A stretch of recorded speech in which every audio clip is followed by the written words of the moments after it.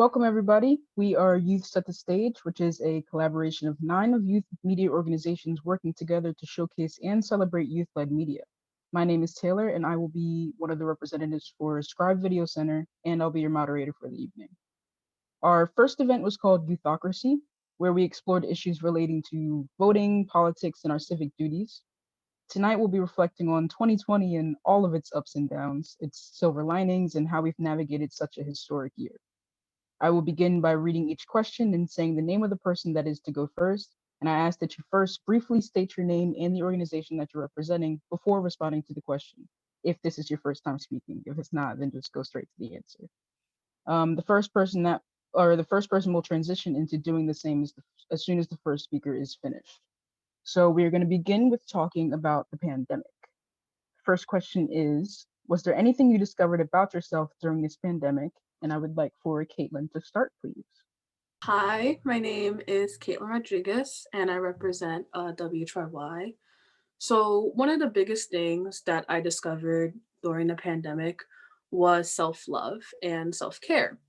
And the thing with that is that I felt like even though there was so much negativity going on and so much time that we were spending with ourselves, it was important to really reflect, and reflection was one of the biggest things that I focused on. So for years, I didn't like myself. I kind of had trouble, like, kind of pushing myself to do things or really finding like a worth. And it was a big help, even though there was a lot of negative moments, it was a big help to have that time and to really look at myself in the mirror and be like, yeah, I'm Caitlin. I love this. I love that. And realizing that my flaws are what make me me. So, again, with that, it was such a big help to just realize, yeah, I love myself. And even if I spent all this time really hating myself, I can really move forward. And I learned that self love that I learned that with self love, you also can push yourself to do better things. So once I found love within myself, I also pushed myself to be a better motivator, or I pushed myself to really grow in aspects and found that I can really push towards succession instead of just staying in a little bubble. As far as discovering things about myself during this pandemic, it's like this pandemic proved to me that I can be an adult, like in a really weird way. Like it kind of forced me into a lot of situations where I had to make a lot of split second decisions and make them for my best interests. And I'm kind of glad that I've had the opportunity to do that because beforehand, I was procrastinating a lot. And, I was just like, I'm going to get it done. I'm going to get it done. But like with COVID, it was kind of just like, either you get it done now or it's never going to get done. So it's just like, I really appreciate the kind of like push that it's given me to basically just, like I said, just adult in life basically. And like, it's also given me a lot of opportunities. Like while there have been like a lot of tragedies surrounding this situation, there's been like a multitude of like opportunities to do things creatively or do things professionally or just like, start your own business, become an entrepreneur and things like that. So I'm really grateful for the resources and the opportunities that came out of this situation, even though, all of the crazy stuff that's going on. My name is Haley Ferris. I am the Community Outreach Coordinator at Little Phil. With COVID-19 came death and despair. It's easy for you to look at yourself as a young, able-bodied individual compatible with surviving the pandemic, as this virus does play on weaknesses. So I looked at my genetics and my parents who had little to no knowledge about health and nutrition. Body weight plays a huge factor in health, especially in longevity. I was able to reflect on my weaknesses and my strengths in an array of circumstances during the quarantine. I was finally given the opportunity to pause and ask myself if I was happy with who I am and how I spend my time. In March of 2019, I was working 2 retail jobs, one essential, one not. I was facing challenges I've never experienced before as the HR department. State regulations did not correlate with the regulations of the store, so I called it quits and I began my quarantine. In quarantine, I was able to lose 30 pounds, focus on my 8th semester at Temple, and network between nonprofit organizations. Without the influence of consuming 2 Red Bulls a day to stay afloat, my mind was able to focus on the true importance of my role as a student. Shortly leaving my HR job, I was able to find 4 jobs that complemented my work and school. Quarantine truly showed me what is deemed important. Thank you for listening. Um, so for me, honestly, like growing up, I didn't feel like growing up, I fit into like every box and really none at the same time. I was always that person that was like good at everything, but at the same time never knew my purpose. And I think that quarantine for me, it helped me and pushed me in ways creatively that I didn't know I could be pushed. I actually made my first video during quarantine. I was a part of this program called Arts to Work, and ultimately I learned the most important thing that I learned was the importance of breathing and why we breathe. And I remember last year I seen somebody when we was eating together, they would breathe in and breathe out as their prayer to whatever they was consuming. And that came back to me. And I think what I've learned is that when I breathe in, I'm breathing for the people that can't breathe. And when I breathe out, I'm breathing to give to a bigger cause, which is liberation. So I think that what I learned ultimately is that everyone has a purpose. You just have to find it and really how to live within myself. And that's it. Thank you. All right, thank you all so much for your responses. We're now going to move to our second question, which is a little bit harder. What was the hardest thing that you feel you faced during the pandemic? We're going to start with Zora. My name is Zora, and I represent Philly Cam Youth. And the hardest thing that I faced during the pandemic was being alone and basically like a lack of social interaction. And I really struggled with this because I'm used to always like going to school or like being around people every day. And I really struggled from that because it's just like every day just blended into one and just felt like really continuous and like it wasn't really changing for me. And I just love like when things just have a flow and not just like the same thing every day. And I also struggled with this year being surrounded in death, and it really affected me because it's like all you see everywhere you turn, like on the news, social media, and people are always talking about it. So that's something that I really struggled with. And yeah. The hardest thing for me in the pandemic would probably be just like having interactions with people and having to live without that, because like I tend to be more compassionate and like empathetic towards people, and so when you lose that connection and like you can't keep doing that every day and it's just texting and like just words on a screen, you really just like lose track of yourself in that, I guess. And like people are dying every day and you just have to become desensitized to it so you can continue to live in it. And then like death and like a lot of like hard things going on just becomes like repetition, and it has to become like daily parts of your day. So just like adapting to that was probably the hardest thing for me. And yeah, I had struggled a lot mentally because of that. I'm Lily, she, her pronouns, and I represent Poppin. I gotta say, the hardest thing I faced in 2020 or during the pandemic was myself. Um, I feel as if I was given a chance to look at everything I've ever done. I mean, I had nothing to do other than online school, and all my family continued to work. So I was pretty isolated. And instead of sort of seeing the isolation part, it was more so I felt I was stuck with myself. And it made me realize all the pros and cons that come along with me, and made me really think about what makes me happy and what makes me me.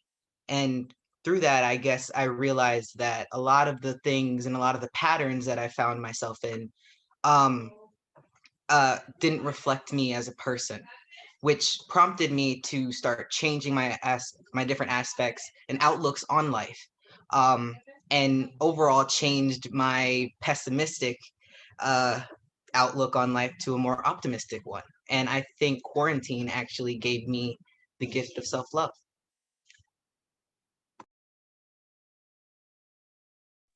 Awesome. Thank you all once again. We're going to shift into being able to stay connected with family and friends during with COVID restrictions. We're going to start with social connections with the question, how have you been able to stay connected with family and friends during with COVID restrictions? We're going to start with Zakira. Sorry, first of all, I'm Zakir, and I'm with the organization Philly Cam Youth. And I have been able to stay connected with family. I know on Thanksgiving we did Zoom for like the family members that wasn't able to participate with us, like during our family gathering. And I see family a lot, and I talk to them on the phone. So I have been able to stay connected with family. I've been able to stay in touch with my family and friends mainly through just like Netflix parties and Zoom hangouts. And I feel like staying in constant communication with everybody has been really necessary for me to stay sane, especially since, we're all transitioning to a different form of schooling. And I find it very difficult to learn and stay engaged when I'm online all the time in an academic setting. But, I'm all for it in a social setting. So I've really appreciated like the corporations sort of adapting their apps and their different technologies to accommodate this pandemic. Um, so I've had a lot of watch parties that has been super fun. I'm gonna give this off to Amina now. With COVID and everything, it has all been a whole lot going on. So I think that's why during this time, it's important for people to know that they're not alone. So consistent communication is strongly important during this time. Like I have been doing, I do like weekly check-ins, whether it's family or friends, do occasional phone calls to see how people are doing. And sometimes I understand that, like, I personally, sometimes I just need time to myself. I need a break. That's why it's important to communicate with people. So yeah, I do Zoom calls, FaceTime calls, text messages, and I reach out and just continue to check in with family to make sure they're okay during this time. Awesome. And talking about friends and connections, let's move on to talk about school and our education. So the first question will be, do you think it's safe for schools to reopen? What safety precautions need to be in place for you to want to go back to school? And essentially, what does the future of schooling look like to you? So I'm going to be answering this first, and I'm going to answer from a college standpoint. So I've been sort of grappling with the decision about whether I want to move to campus for the spring semester or stay home as I was for the fall semester. And ultimately, I've decided that I'm okay to move in during the spring semester only because of the precautions that I know that my school is putting in place. So I know that with each student that's going to campus, there's a 2-week quarantine process for the move-in date. And you have to get tested twice before your arrival and then once during your arrival before that quarantine process. And then you're sort of like stuck to yourself for a bit, and then you can only leave once you get another negative result. And then even still, as you're traversing through campus, you have to do constant contact tracing and of course social distancing and mask usage. And you're really only allowed to sort of like be social in specific settings that they like have allocated on campus. So they have specific hangout sessions or I don't know, areas that you're able to be in. So I'm feeling pretty confident about that so far. But obviously we'll see as it goes along. And I'm going to pass it off to the next person now. So my name is Kawia. I'm a PSU member. Pronouns are she, her, hers. So for me to be safe with going back to school, I have to know that schools are taking the proper precautions. I currently go to a public high school, which is Science Leadership Academy at Bieber. And we all know our school district has gone through like a lot of stuff within this past year with asbestos, lead, and stuff. And along with that, I feel as though our schools haven't been taking the proper cleaning precautions as they should have. the last couple of Board of Education meetings, they've been talking about how they've been getting schools prepared so that we can go back to school safely. But I feel as though they're not actually taking the right precautions. I haven't heard of them say they're going to get the teachers constant testing to make sure that they don't have COVID. All they're doing is scanning our foreheads.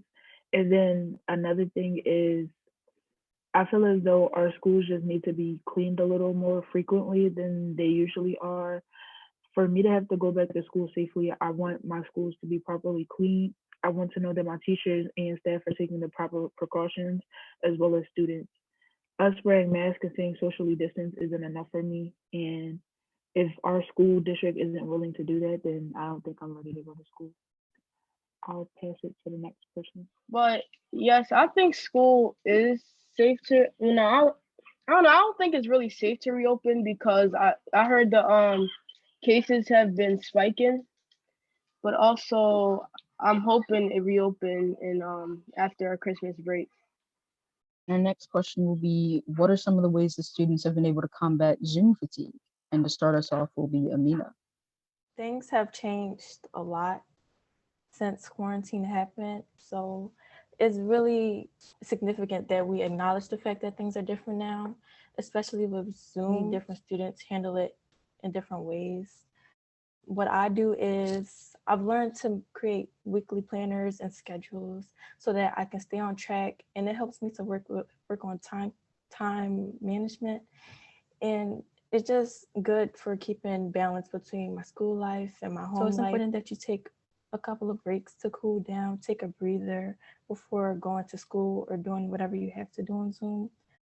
Another big thing is to reward yourself for the work that you've done with Zoom and everything going on. It's a really big change and it's a lot to adjust to, but just being patient with yourself and allowing yourself to be rewarded to combat Zoom fatigue. One of the ways that I went against Zoom fatigue, because you're on the screen all day and it's very tiring for my eyes, especially I have contacts right now, so I'm blind with glasses and it's so much on my eyes. I usually went out and just get fresh air. And along with that, I am very into art. So I used to go out, just draw the things around me, really take the time to look around and just analyze my situation and analyze where I am. And it really took back from being on screen all day and just having the fresh air in my face. Another thing that I did is I have a very close friend of mine who lives like 2 blocks away from me. So what we did was socially distanced hangouts. So we would go to a park where no one was at the moment, and I would sit in one corner and he would sit on the other, and we would talk like that. Just having someone to talk to when I was like feeling some type of way, if I just needed to go out and talk to someone, even if it was like across a park, was something that really helped me and something that like got me over being on screen all day.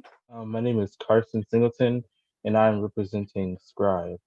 And for me, in terms of Zoom fatigue, I just kind of interact with people on any level, really, like texting or FaceTime, whatever. At first, I was a little picky about it. I was like, man, I just want to see these people in person. That's the best way. But as quarantine kind of went on, I realized at least I'm talking to them in any way, and that's better than nothing at all. So just texting and all that kind of thing and staying social and staying interactive with people really helped me, like after school, to feel a lot less tired and a little bit more energized. Thank you all so much for your responses. We're gonna take a little bit of a shift and focus on protests that have happened. So how have the protests changed the way classroom discussions are approached? And we're gonna start with Keish. So for me, I think that the most interesting thing about this topic is the fact that America now has to turn on America and its acts with domestic terrorism. And I think that for me, I think that's probably the most interesting thing that's going to come out of this, because we have to now look at what's being taught in schools, the history that's being taught, patriotism that's being taught, the story of Columbus that's being taught. I think that the way that these discussions are now being approached has to now turn to restorative justice instead of policy. because of the dealing with police officers and the dealing that nobody wants to go to school being reminded of the gun that killed their father or the gun that killed their brothers or sisters or the neck or the knee that killed somebody. And nobody wants to be reminded of the uniforms that has traumatized the whole community. So for me, I think ultimately the biggest thing that I appreciate that's coming out of this conversation of how schools are now, the conversation of things that's being taught in schools are being tackled is the idea of America having to look in a mirror at itself and say that only Americans look at Americans as great and the story of America as great within its own context. And I think that for me, I just really appreciate the conversations that a Black curriculum history has to now be told in a true light. Hi, and I realized that I didn't introduce myself last time. My name is Nasha Jenkins, and I'm here on behalf of Big Picture Alliance and Little Filmmakers, and I'm 23 years old. And I'm not in school anymore, so I don't necessarily know how this is shaping like school environments, but I know that in general that I think it's really important to have these conversations about why things need to change specifically for minority races and specifically for Black Americans, because a lot of the times people like to stigmatize the conversation as if it's too intense or as if it's too soon to be talked about. But, you know, we keep having these same situations happen back to back and over. So it's just like, well, when is there a time, you know, to talk about it? And I feel like right now is the perfect time because of all of the things, like there's so many things, not just, you know, social justice and things like that. There's so many things going on that it's just like, well, this too is also important enough to be included in the conversation of what needs to change as far as, you know, America. Like, you know, a lot of the times with like, you know, Trump supporters and things like that, like, you know, saying things like make America great again, like what is so great about that? You know, what's so great about hate speech? What's so great about discrimination and things like that? What's so great about not being able to trust your own law enforcement? So, you know, these are conversations that definitely need to be had. And on top of that, as far as schools go, you know, these kids have to come to school with that. You know, you have, not only do you have the pressure of being in school and making good grades and being a good student, but now you also have the pressure of, you know, having to deal with school law enforcement and not knowing where to ask for help and things like that. And, you know, like I said, these are these kids' daily lives. So it's not fair that people try to shun conversations away from them when, you know, they don't necessarily have anybody else to talk to. And just to go a little bit deeper, a lot of the times in Black families, it's stigmatized to talk about how you feel and things like that. So when you're dealing with so many battles, you really have to understand that people really need these outlets and need to have these conversations because it's affecting them in more than just in one way. So, yeah. Oof, and we ended on a high note there. We're going to shift, I know, snaps in the comments. We're going to shift over to a completely new topic with the election process, because I feel like this hasn't been talked enough in our classes. So the question is, where were people when the results of the election were announced, and what were your reactions? I'm going to start us off with this and talk about how I actually woke up to the headlines. I think I saw it around like 11:30ish a.m. and I was actually trying to avoid everything by just laying in bed. But my sister like ran upstairs and she was like, "Have you seen the news? Have you seen it?" I'm like, "What?" So got my phone and I see Joe Biden's big old head on the screen and I'm like, "Oh, I guess it was a success." I mean, I don't know what else to say about this. So I think I was just mainly in shock for a good 5 minutes, but I was super elated. And then fast forward to a little later on, I was out in Clark Park because it's nearby, and just the celebrations and the cheering that I could hear in the street and see people like banging on pots and pans and just, you know, like singing and dancing, and it was just it was a really amazing feeling to see the community come together after, you know, months of hardship and turmoil and trauma. So this was a really amazing experience for me to actually, you know, be there and see. So this was definitely a highlight of this whole pandemic. And I'm gonna pass it off to Kalia. My personal experience with the election, like election night was kind of intense for me. I had actually did an interview with someone over in Vancouver about like the election, and it was crazy because like the lady, she was just like, yeah, like I understand that y'all, you know, feel the pressure of this election, but it's not even just like a United States election. This is a global election. She was telling me about how like, you know, basically it would like affect a lot of their like economy and their taxes and stuff. So I'm just like, you know, this whole time with all this stuff going on, I'm just like, wow, like this is really a moment in history I didn't ever think I'd have to live through. So it was just like, you know, that whole night I'm up at like, I think it was like 4 a.m. when I finally decided to go to bed, just watching, like keeping my eyes on CNN and playing Sims, trying to like calm my nerves. And like, it was just so ridiculous because like I had voted and I was like my first time voting was for when Trump ran for office. So this just felt like that all over again. I just didn't want that, you know, that tumultuous feeling to happen once again. So it's just like until I can see some tangible results that'll affect my community, I'm not really going to be impressed. I'm not about to sit here and, you know, cheer on or whatever, because it's just like, you know, I want to see some change. That's when I'll cheer and that's when I'll get hype, is when I see actual people trying to make changes for people on outside kind of like not really not really being in support of any side, right?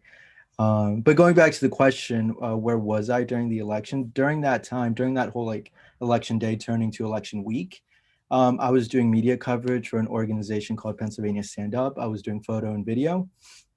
And during that whole entire time, I mean, honestly, it was like, it's a little cliche to say this, but it kind of felt like an out-of-body experience because I don't know if you guys were watching, but during the Pennsylvania Convention Center, where the Trump supporters were on one side and everybody that was saying like count every vote were on the other side. It was, I mean, I was literally like in between both of them in the middle of the road and kind of didn't know how to feel. So I feel like if there was a word that could describe sort of what I was feeling, was kind of, it would be isolation, because during that time too, I was staying at my sister's old apartment, which was completely empty because they were moving to a new house. And I needed to be in that apartment because it was closer to the whole entire, to the whole action. So I was literally like in this room with my laptop, with my camera equipment, in like an empty room, just like every day, staring at the news, going out, taking photos of people like laughing, smiling, crying, like being angry. So it was really just a weird time for me. Definitely agree there. And I feel like for our next and final question, Keish, you already sort of answered that for your own. But the question is, how has the political state of this nation affected students' way of navigating life? And we are beginning with Like with Karsten. everything that's happened over this summer, like all the riots and protests, everyone's just aware now of the state our country is in, and that's like something we just can't ignore anymore. I feel as though everything that's happened this year has made me a bit more conscious of not only the condition of the American government system, but also just I became very conscious of all the flaws of this country in general. Not only racial injustice issues, social injustice issues, also with, you know, the overall system. Because I've been in journalism for the past 2 years, and I found that my writing has always been pretty wishy-washy. Wishy-washy meaning I would write about things that pertain to me only. And this year really allowed me to branch out into topics that made me a little uncomfortable as a writer. And I feel uncomfortability as a writer is a good thing, especially because one can always improve on their writing. And it's definitely molded me into a more politically aware person, a more politically correct person, and has honestly given me feelings of frustration of how everything is and why it's the way it is and why anyone thought this was a good idea in the first place. I don't know why humans go against humans and why America seems to be founded on that ideal, but I do hope that see less and less of that and more of a more collectivist and together community. Okay, and with that, that wraps up our event for today. Before we leave off, I just want to thank all of the students for speaking. I want to thank Jose for being super accurate with the timekeeping and helping me out there. Thank you to our facilitators, Gabrielle, Deja, Lisa, Miss Naomi. And overall, just have a happy holidays and we'll see you all next year.